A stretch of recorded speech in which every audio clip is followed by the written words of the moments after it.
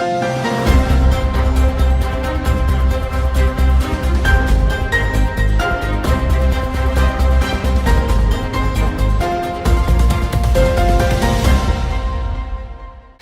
اللہ الرحمن الرحیم۔ السلام علیکم۔ ابرار رشید آپ کی خدمت میں حاضر۔ سائفر کیس، سائفر کہانی میں ایک نیا رخ، نیا موڑ، اور پاکستان تحریک انصاف کی جانب سے حسب توقع سابق D G I S I lieutenant general retired Faiz Hameed کے خلاف توپوں کا رخ نہ صرف موڑ دیا گیا ہے بلکہ گولہ باری شروع ہو چکی ہے، اور ہم سب جانتے ہیں کہ اس کے پیچھے کیا مقاصد کار فرما ہیں۔ لیکن بات کا آغاز کرتے ہیں جناب سائفر کیس کے حوالے سے۔ آج ہی جنگ اور دی نیوز میں معروف صحافی، سینئر صحافی انصار عباسی نے ایک رپورٹ شائع کی ہے جس کے مطابق 27 مارچ کو جب عمران خان نے وہ اسلام آباد ایک جلسہ عام میں وہ جیب سے ایک خط نکال کے لہرایا تھا، تو 28 مارچ کو اسلام آباد میں امریکی سفارت خانے میں جو ناظم الامور ہیں، جنہیں چارج ڈی افیئرز کہتے ہیں، انہوں نے ایڈیشنل سیکرٹری جو امریکاز جو فارن آفس میں ایک پوسٹ ہوتی ہے، ان کو ایک واٹس ایپ میسیج کیا اور کہا کہ عمران خان کی گزشتہ روز کی یا گزشتہ رات کی تقریر کے حوالے سے اور وہ سائفر کے حوالے سے واشنگٹن ڈی سی میں یعنی امریکی دارالحکومت میں بڑا کنسرن یا تشویش پائی جاتی ہے۔ یہاں میں آپ کو ایک واقعہ بیان کر دوں۔ میرے ایک کزن ہے، آبویسلی مجھ سے چھوٹے ہیں عمر میں، وہ اس وقت کسی حساس ادارے میں ایک حساس پوسٹ پر تعینات تھے، سینئر آفیسر ہیں۔ تو وہ عمران خان اور پاکستان تحریک انصاف کے بڑے چاہنے والے اور جسے کہتے ہیں نا سپورٹر تھے۔ اور پھر شاید میں یہ پہلے بھی یہ واقعہ بیان کر چکا ہوں اپنی کسی ایک آدھ ویڈیو میں۔ تو انہوں نے کہا، میں نے ان سے دریافت کیا اپنے اس بھائی سے کہ اب آپ عمران خان کے خلاف کیوں ہو گئے؟ انہوں نے کہا کہ جی 8 تاریخ کو یہ جو سائفر جس کی بات ہو رہی ہے یہ میری نظر سے بھی گزرا، اور اس دن یہ ایک ہم لوگوں کے ذہن میں یہ بات آئی کہ ایک شخص اپنے ذاتی اقتدار یا مفاد کے لیے قومی سلامتی یا ملکی مفاد کے ساتھ کھیل سکتا ہے، تو ایسے شخص کی حمایت نہیں کرنی چاہیے۔ اور انہوں نے کہا کہ وہ دن اور آج کا دن میں نے عمران خان کی حمایت ترک کر دی ہے، جو میرے دل میں ان کے لیے محبت کہہ لیں یا جو اقتضا کہ جناب یہ شخص پاکستان میں تبدیلی لائے گا، تو کہتے ہیں کہ اس دن کے بعد میں سمجھ گیا کہ یا تو یہ جان بوجھ کر دانستہ طور پر، اور یا اس شخص کو اتنی سمجھ ہی نہیں ہے، یہ اس قابل ہی نہیں ہے کہ ملک کا وزیر اعظم رہ سکے۔ خیر، یہ تو ایک ضمنی میں نے واقعہ آپ کو سنایا کہ یہ سائفر کے حوالے سے۔ تو امریکہ نے 28 تاریخ کو یہ بات دفتر خارجہ کے ساتھ شیئر کر دی تھی کہ یہ کنسرن پایا جاتا ہے۔ اسی کے ساتھ ساتھ جو اس وقت ہمارے سفیر تھے وہاں پہ واشنگٹن میں، اسد مجید، انہوں نے بھی جو ہمارے سیکرٹری خارجہ تھے سہیل محمود، اس وقت جو سیکرٹری خارجہ تھے، ان سے بھی رابطہ کیا اور بتایا کہ جناب یہ تو بہت برا ہوا۔ اور سیکرٹری خارجہ نے سائفر کیس میں اپنا جو بیان قلم بند کروایا ہے عدالت کی روبرو، اور اس میں یہ تفتیش کاروں کو عدالت میں تو بعد میں ان کے جرح ہوگی یا وہ بیان قلم بند کروائیں گے بطور گواہ، اور اس میں بھی انہوں نے کہا کہ جناب یہ تو بہت سنگین معاملہ ہے ملکی سلامتی کا، کہ سائفر ٹیلی گرام یہ تو پورا کمپرومائز ہو جاتا ہے کہ دوسرے ممالک کو پتہ چل جاتا ہے کہ جناب اس کا مطلب یہ سائفر یوز کرتے ہیں۔ حالانکہ بہت سے یہ سائفر ایک پرانی ٹیکنالوجی ہے، ٹیلی گرام ٹائپ کوڈڈ لفظ ہوتے ہیں۔ میں ذاتی طور پر جانتا ہوں، اس کی وجہ یہ ہے کہ میرے چھوٹے بھائی جو ہیں وہ الحمدللہ اس وقت وزارت خارجہ میں بہت سینئر پوزیشن پر فائز ہیں۔ لیکن یہ آپ یقین کیجئے کہ اس طرح کی خبریں یہ وزارت خارجہ والے دیتے نہیں، اور وہ میرا بھائی تو میرا خیال ہے ضرورت سے زیادہ محتاط ہے۔ تو یہ جو میں آپ سے بات کر رہا ہوں، تو یہ سائفر والا جو کیس ہے اس پر امریکہ میں تشویش پائی جاتی تھی، اور اس کو اپنے یہ سیکرٹری خارجہ کے بیان کے مطابق اس کو اپنے ذاتی مفاد کے لیے، اپنے اقتدار کو طول دینے کے لیے، سیاسی مفادات کے لیے اس سائفر کو جو ہے وہ ایز اے ٹول استعمال کیا گیا۔ اور یہ جو امریکی ناظم الامور نے دفتر خارجہ کے ایڈیشنل سیکرٹری سے جب بات کی یا وہ نوٹ بھجوایا، تو اس کے بعد ایڈیشنل سیکرٹری خارجہ نے سیکرٹری خارجہ یا پھر اس کے بعد شاہ محمود قریشی سے بات کی جو اس وقت وزیر خارجہ تھے، تو شاہ محمود قریشی نے انہیں امریکیوں کو جواب دینے سے منع کر دیا کہ آپ اس بات پر خاموش رہیں، کوئی جواب نہ دیں، کیونکہ انہوں نے سائفر سے کھیلنا تھا۔ تو اب یہ معاملہ دیکھیں، ایسی صورتحال میں عام طور پر سفارت خانے کسی ملک کے اندرونی معاملات میں مداخلت نہیں کرتے، نہ ہی اس میں انوالو ہوتے ہیں، لیکن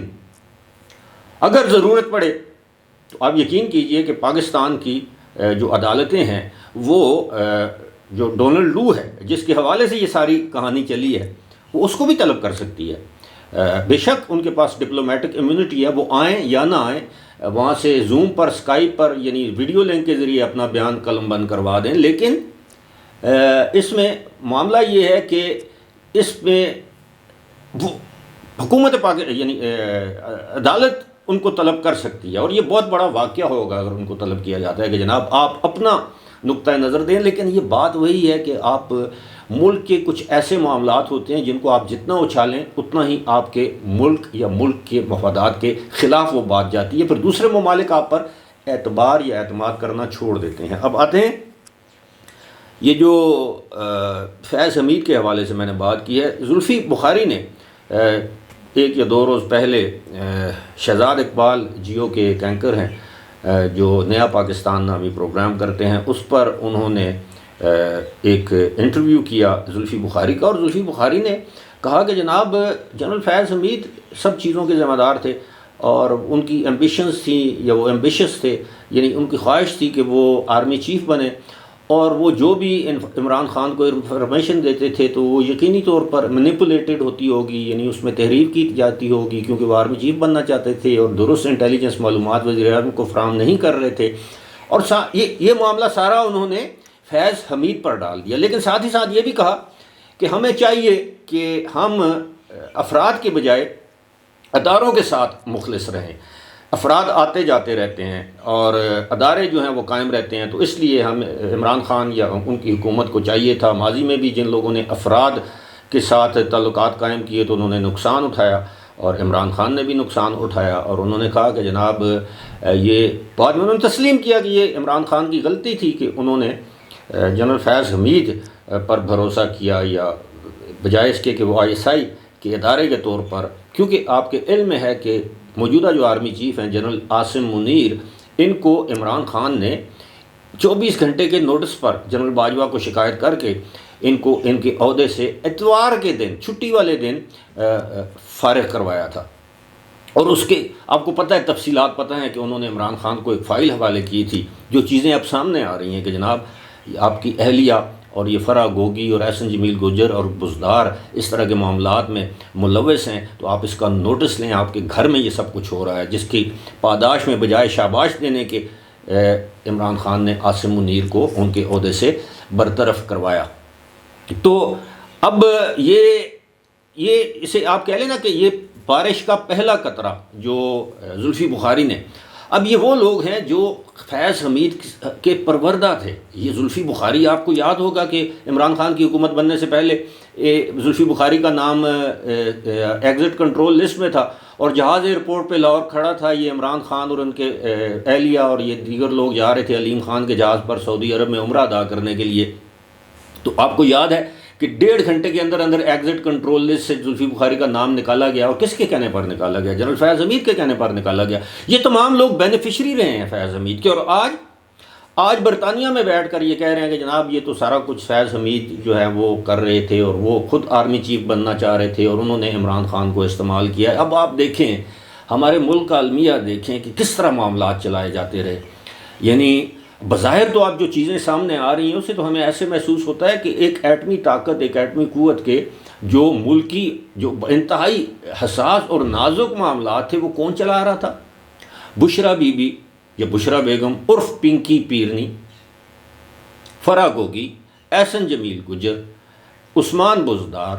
خاور مانیکا، زلفی بخاری. اب یہ لوگ نان الیکٹڈ، ان کا کوئی، عثمان بزدار الیکٹڈ تھا لیکن اس بیچارے کی کیا حیثیت تھی. تو in fact actually de facto chief minister Punjab کی فرا گوگی تھی اور احسن جمیل گجر تھے، یہ میاں بیوی جو پنجاب کے ڈیفیکٹو چیف منسٹر تھے. ایون عمران خان کی نہیں چلتی تھی، جو بات عمران خان کو ان کی اہلیہ کہتی تھی وہی بات وہ کرتے تھے. ورنہ تو آرمی چیف سے وہ ایگری کر کے آئے کہ جناب ٹھیک ہے، جنرل فیض حمید کی ٹرانسفر کا نوٹیفکیشن آپ جاری کر دیں بطور کور کمانڈر پشاور. جب انہوں نے جاری کر دیا، یہ گھر آئے، انہوں نے اہلیہ نے کہا کہ نہیں فیض حمید کو تو تبدیل نہیں کرنا ورنہ تو ستارے گردش میں آ جائیں گے. اور اگلے دن وہ انہوں نے انکار کر دیا، اور جس سے آرمی کی سبکی ہوئی، جہاں سے یہ سارا معاملہ عمران خان کے خلاف اسٹیبلشمنٹ کے اندر ہوا کہ جناب یہ شخص تو ہمارے ساتھ کمٹمنٹ کچھ اور کرتا ہے بطور وزیر اعظم، اور ملکی معاملات. اور آپ کو کے علم میں ہونا چاہیے کہ فوج دوسروں کے معاملات میں مداخلت اس کا مشغلہ رہا ہے گزشتہ 70 سالوں میں یا 76 سالوں میں، جتنے بھی سال. لیکن فوج کے معاملات میں کوئی سویلین، چاہے وہ کتنا ہی طاقتور، کتنی میجارٹی لے کر، کتنا ہی پاپولر وزیر اعظم کیوں نہ ہو، فوج اپنے معاملات میں کسی کو مداخلت کی اجازت نہ دی ہے، نہ مستقبل میں دے گی. اور یہ سبق ہمارے سیاستدان نہ جانے کب سمجھیں گے. ہاں ایک بات ہے کہ جس دن تمام سیاسی جماعتوں کے رہنما آپس میں بیٹھ کر ایک بات پر سمجھوتا کر لیں کہ کم وٹ مے،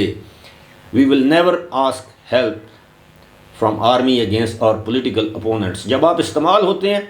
تو پھر آپ کمپرومائز ہو جاتے ہیں، لیکن اس وقت تک اگر آپ یہ سمجھتے ہیں کہ آپ اسٹیبلشمنٹ ایک ایسا گھوڑا ہے جس کے اوپر آپ سواری کریں گے، تو پھر اس گھوڑے پر سواری کرنے کے لیے آپ کو تندرست اور توانا اور گھوڑے کو ہینڈل کرنا آپ کے لیے ضروری ہے. ورنہ وہ گھوڑا بدک کر آپ کو نہ صرف نیچے گرا دے گا، بلکہ پھر آپ کو پتہ ہے وہ گھوڑے کی دولتی بھی مشہور ہے. تو اس لیے اب یہ بات طے پا چکی ہے کہ جناب اب جنرل قمر جاوید باجوہ کے ساتھ ساتھ جنرل فیض حمید کے خلاف بھی ایک مؤثر اور منظم کیمپین چلائی جائے گی تاکہ اپنی